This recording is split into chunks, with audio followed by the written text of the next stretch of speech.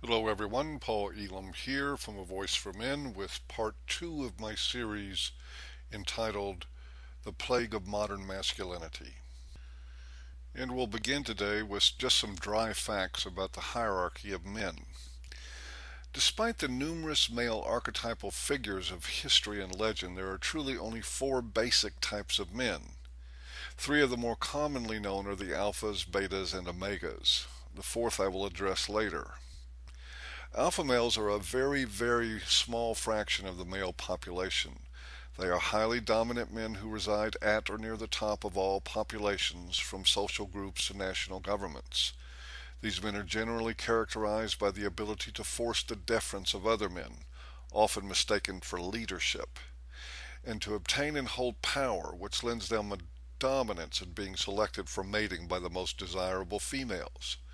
There's no evidence to suggest that this is any different now than it has been at any other time in history, and there's no way to underestimate the importance of the mating strategy in the phenomena of the alpha male. But success often has its price. Alphas also tend to be obsessively controlling, abusive, and megalomaniacal. If you point to any despot in world history that slaughtered scores of his own people for the need to maintain control or for sheer sadistic pleasure, you're pointing at an alpha male. With alphas, you can throw your imagined codes of honor out the window. Those codes are nothing more than tools used to force the betas and omegas into compliance with their agendas. All romanticism aside, the code of the alpha male is to conquer and control both the objects of his desire and the men he exploits and expends to acquire them. Characterologically speaking, they are a minute, worst representation of the male of the species, but they also get things done, and with great efficiency, if you don't factor away the loss of freedom and human life. Incidentally, their characteristics are also the same ones that feminists have erroneously used to define masculinity in one broad stroke, painting all men as domineering and oppressive. Success at this enabled them to take other microscopic minorities of men and attribute their characteristics to men in general as well. For example, abusers, pedophiles, and rapists. Historically, the challengers to alphas frequently came from other alphas, and often from the ranks of beta males who form the next tier down in the male power structure. Betas serve as the alpha's enforcers, the strong arms used to maintain control over greater numbers. They also play the role of yes men, affording them their own realm of power and putting them within striking distance, or rather scavenging proximity, of the alpha's position and status, including sexual primacy. Like roadies for a rock band, fortune often filters its way into the beta's hands and into their beds. Now, at the bottom and most heavily populated part of the hierarchy are the omega males. These are the pawns on a chessboard, often under the direct control of alpha or by proxy beta males. This is the common man and the one the most vulnerable to the hazards of common life. A good way to look at this is to take a look at the military chain of command. The general tendency is that alphas, betas, and omegas shed increasing amounts of blood in descending order, and that they claim the spoils of victory in ascending order. Government runs pretty much in the same way. In the simplest of terms, alpha lawmakers use beta law enforcement officers to exercise their will on the generally omega population.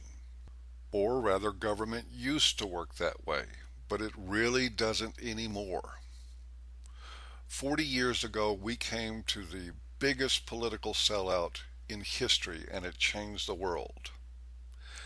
Alpha males in government didn't just collude with feminist ideologues in order to garner a sizable and dependable voting bloc.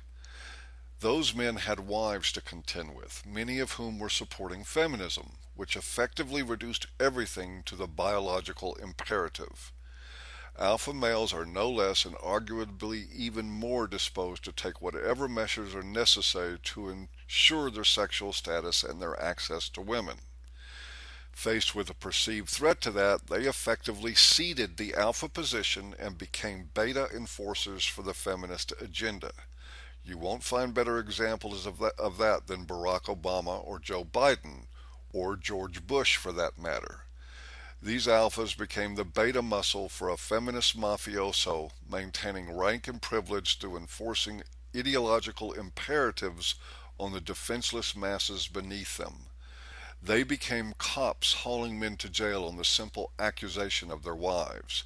They became judges bludgeoning men with their gavels in corrupt courtrooms, politicians passing ever more misandric legislation, CEOs of pharmaceutical companies pushing drugs like Ritalin to sap the vitality and strength out of our boys, to make them more malleable in female hands once the father had been forcibly removed from the home.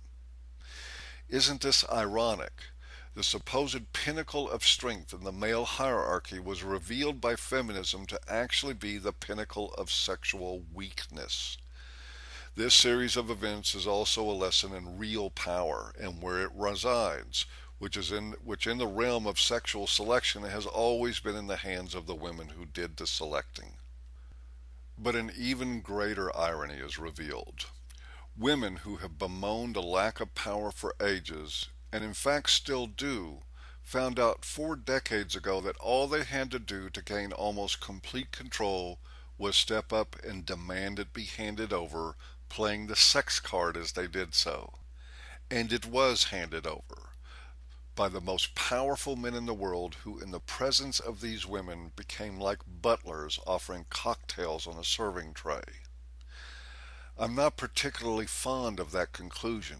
In fact, as a man who continually struggles to break old world ties, I'm rather embarrassed by it. But nothing learned, nothing gained.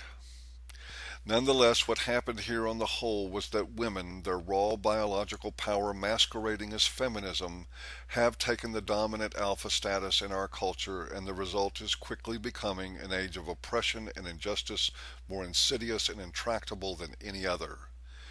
It is in the biological survival-oriented nature of women to enhance their lives through the utilization of male labor and male expendability, without compunction or moral constraint. And that is exactly what our culture has ended up doing on an Orwellian scale. Defeating this monstrosity requires the insanely formidable task of battling through beta enforcers masquerading as alpha controllers, not to a command post with someone in charge, but through a pervasive ideology that snakes like countless invisible tentacles through the consciousness of the population at large, and that emanate from the very heart of human evolutionary psychology. And the first strike in that battle should be, must be, at the elements of masculinity that allowed it to happen.